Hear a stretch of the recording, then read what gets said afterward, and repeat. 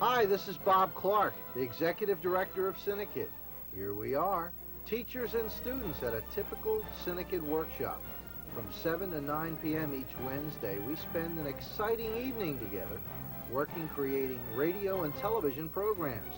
We challenge each other, adults and teenagers alike, to be as imaginative and creative as possible and work toward mastery of both performing and technical skills. That means either working the equipment or being the actor. Sure, it's hard work. Getting to be expert at anything takes time and energy. But at CINEKYD, we have fun because we all enjoy the challenge of creating our own radio and television shows. Real CINEKYD productions. We like to take you behind the scenes by letting you view some of the videotape made at a recent actors workshop. These aren't finished scenes. In fact, they're not even formal rehearsals. They're practices where our teenage CINEKYD actors work to become effective performers. This is a very funny story. Actually, it wasn't funny at the time. It was really awful at the time, but this is really funny.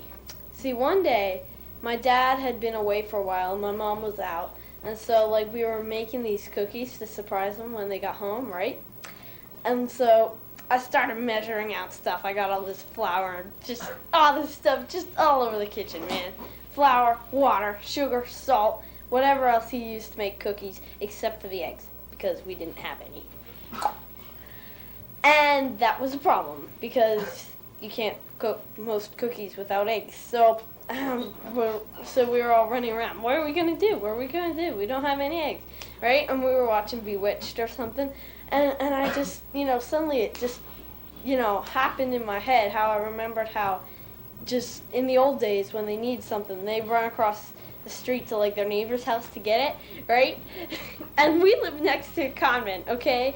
And we have these nuns that we live next door to. So I ran over to their house, said, "Hey, we're baking cookies, and guess what? I just remembered we don't have any eggs. Could you loan us some eggs?"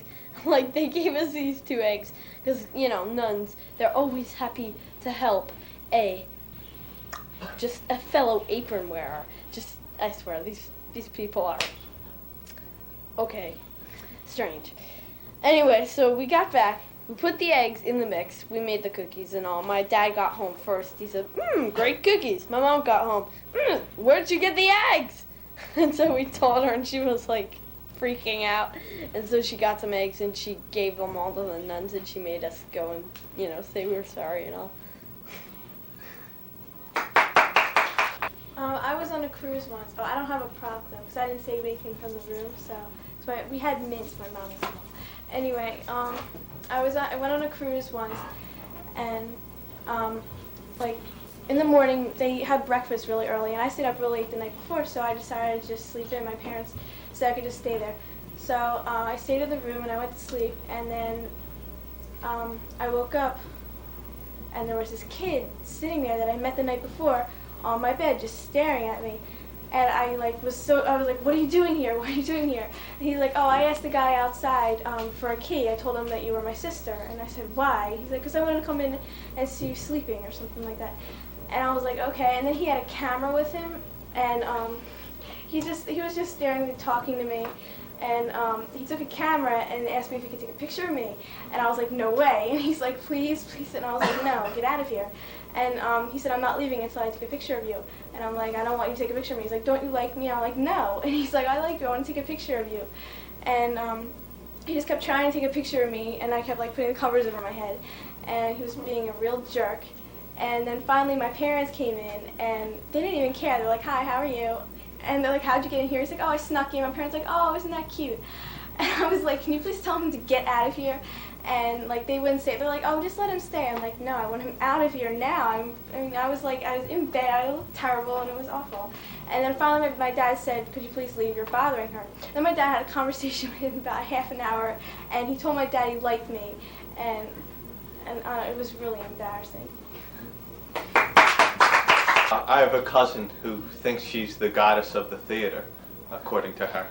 And she actually did have a name. She managed a singer named Hildegard for about 40 years, who was a fairly big singer.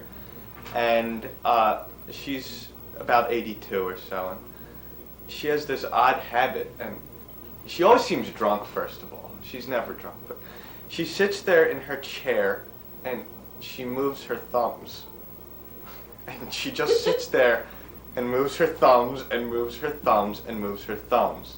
And she'll do anything while she's moving. I mean, she's very good at it. And we once asked her, Anna, what are you doing?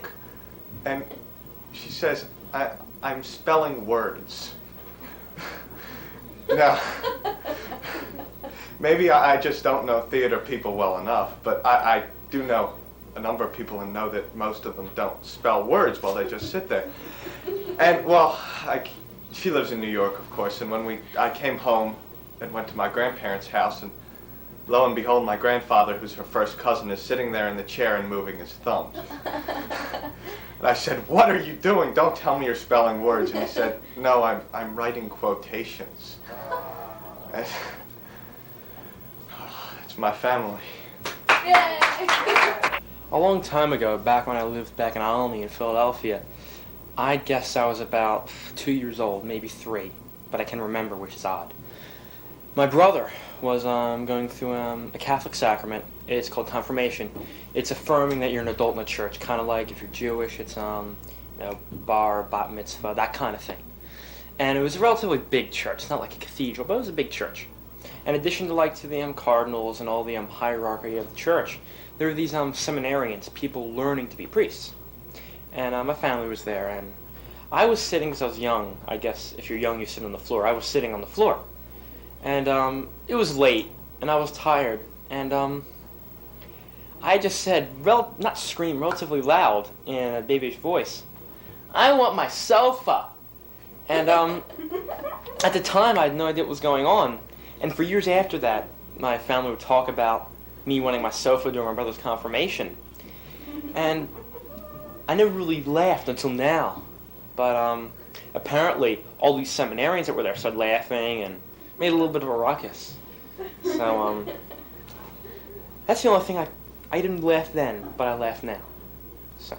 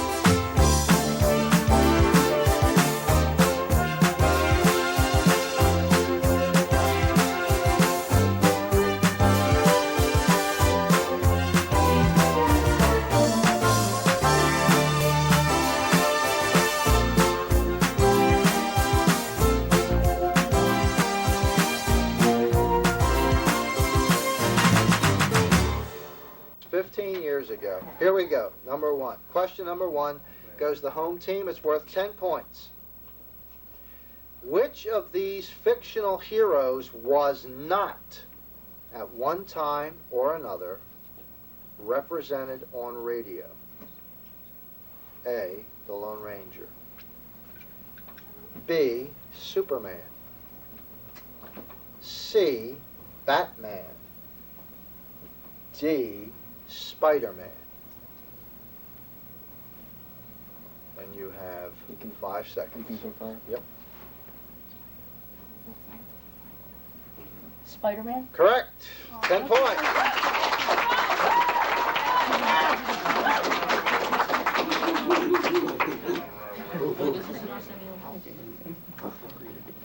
It goes to the visitors. Now we're going to check to see just if anybody was ever involved with our radio crew. Okay, we all know that the Lone Ranger was originally broadcast on station WXYZ in Detroit, Michigan. Which of the following radio heroes also originated there? A, the Green Hornet. B, the Shadow. C, Jack Armstrong.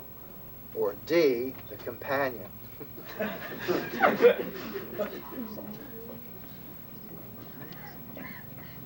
We'll say A.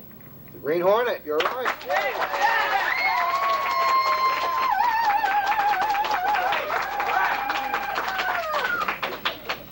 Okay, back to our home team. For years, the identity of the actor who portrayed the Shadow on radio was kept a mystery. Supposedly, the voice that people heard over the radio actually was that of the Shadow. We know, of course, that the Shadow was usually played by, A, William Conrad, B, Orson Welles, C, Brace Beamer, D, Mel Blanc. And if you don't know, take a hearty guess. You have 5 seconds. B. That's correct, Orson Welles. You're right.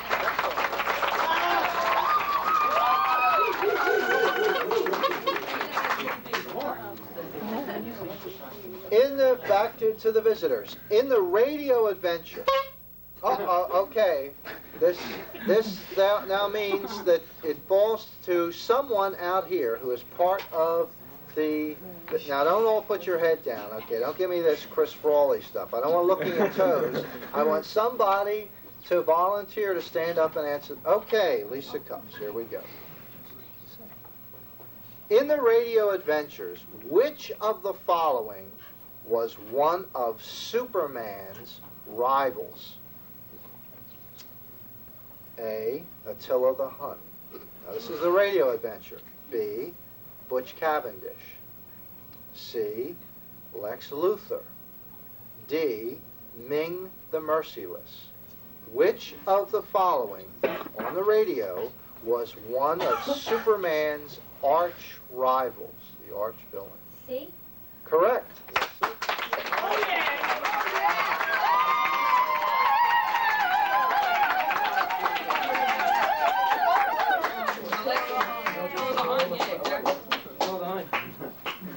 Okay.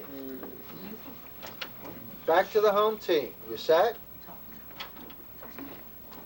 And the score is 2020. 2020. Okay, here we go. Home team, 10 points. Amos Jacobs started out on radio, performing in extra roles on shows like The Lone Ranger.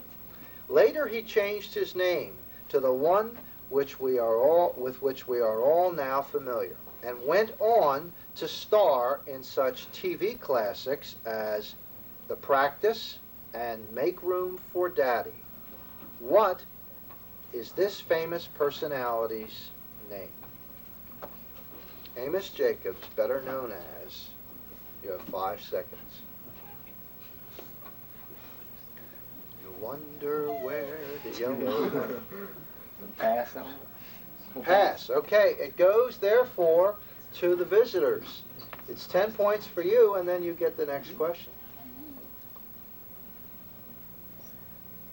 Famous Amos. Famous Amos. All right, that's very good. It's wrong, however. Okay? Can anyone in our studio audience tell us what was Amos Jacobs' name? Pat Layton? Danny Thomas. Danny Thomas. All right.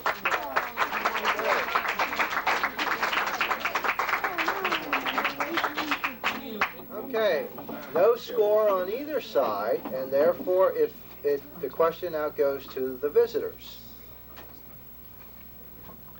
Who played Superman on the radio? George Reeves played him on television.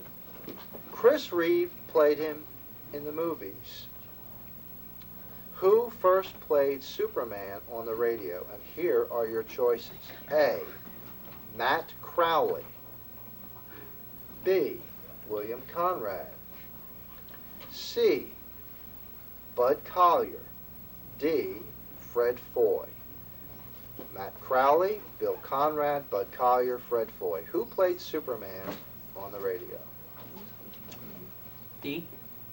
Fred Foy. Okay. No, I'm afraid not. It falls to the home team. William Conrad. Only in his dreams. No, I'm sorry. And you've all got it. Who does anyone know? It's Bud Collyer. Clayton Bud Collyer. Very good. All right. Okay, here we go.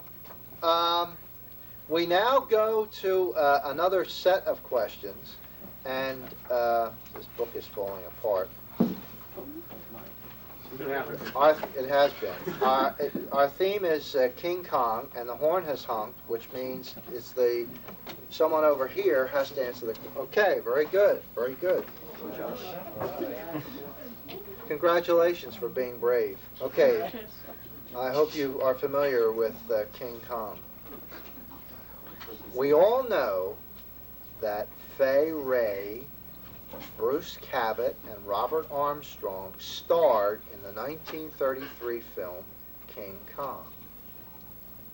But who was the film's famous executive producer? Who, 6 years later, would make what is considered the greatest movie of all time?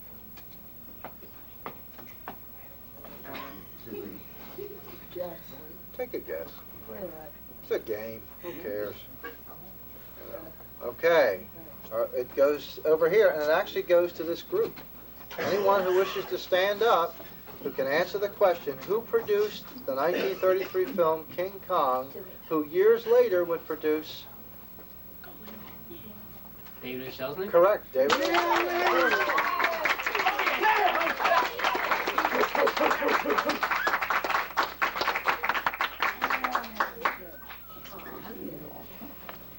Okay, it falls now to the visitors. You ready? That's you guys. Hello. You ready? Okay.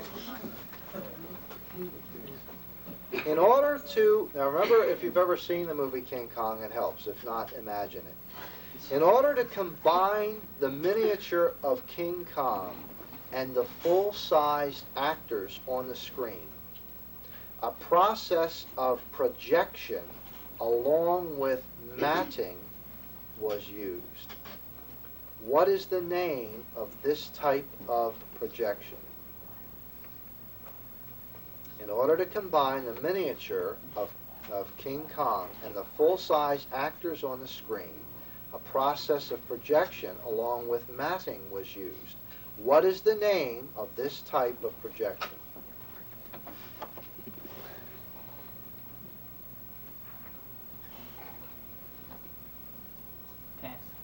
Pass, okay. Repeating the question, in order to combine the miniature Kong and the full-size actors on the screen, a process of projection along with matting was used. What is the name of this type of projection? CinemaScope. CinemaScope, okay. Nice try. Can anybody tell us what type of projection? This was pretty easy. John? Rear screen projection, very good.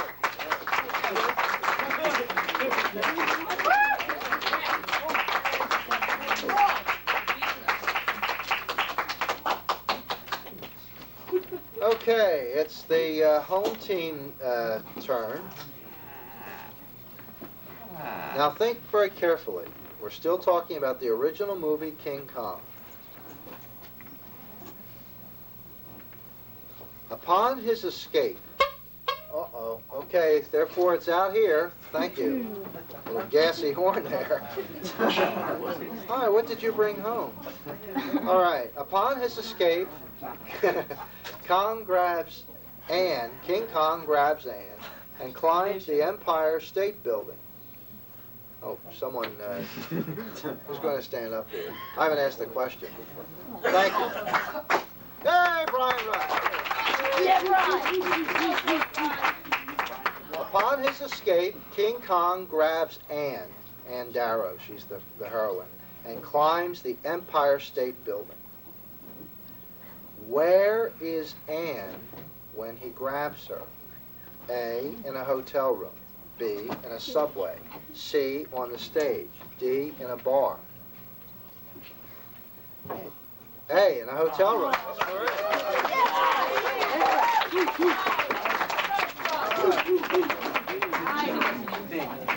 Okay, it falls to the visitors.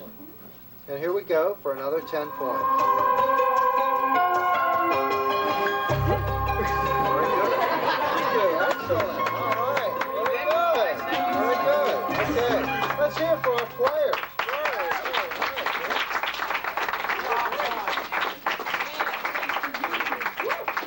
How did they do? That's excellent. Very, very good.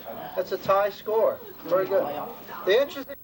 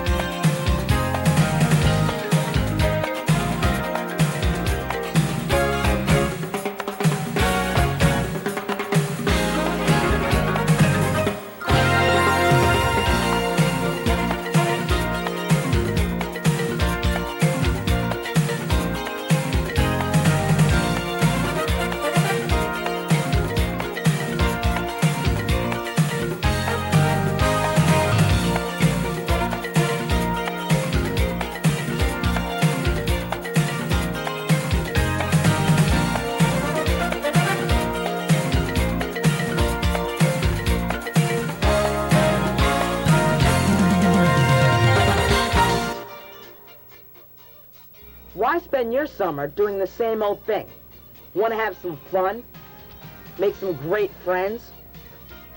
Travel and see new things. How about doing something new and exciting? Like spending part of your summer making movies. You don't need an agent or a union card. Best of all, you don't even need experience. CINEKYD summer video workshops are for kids like you. Kids from 17 to 18 years of age. You could become an actor, a cameraman, a makeup artist, or even a designer of a spectacular computer visual effects, just like pros. Are you interested? Just call CINEKYD right now and reserve your spot on this summer video fun shop for kids. CINEKYD has sponsored exciting film and television training seminars with kids more than 15 years. You've probably seen them featured on all the local channels, or read about them in your local paper, or Philadelphia magazine. CINEKYD students are good at what they do. In fact, they're the best. They've won a bunch of awards. They're winners, and you could become a part of this summer's production adventure, even if you have little or no experience. Just call 215-659-4696 and ask for your free program selection guide. 215-659-4696. Out of town, call collect. This summer vacation, don't just sit around with nothing to do. Spend a part of your summer making award-winning videos with other great kids, just like you. Call CINEKYD right now for your free program selection guide.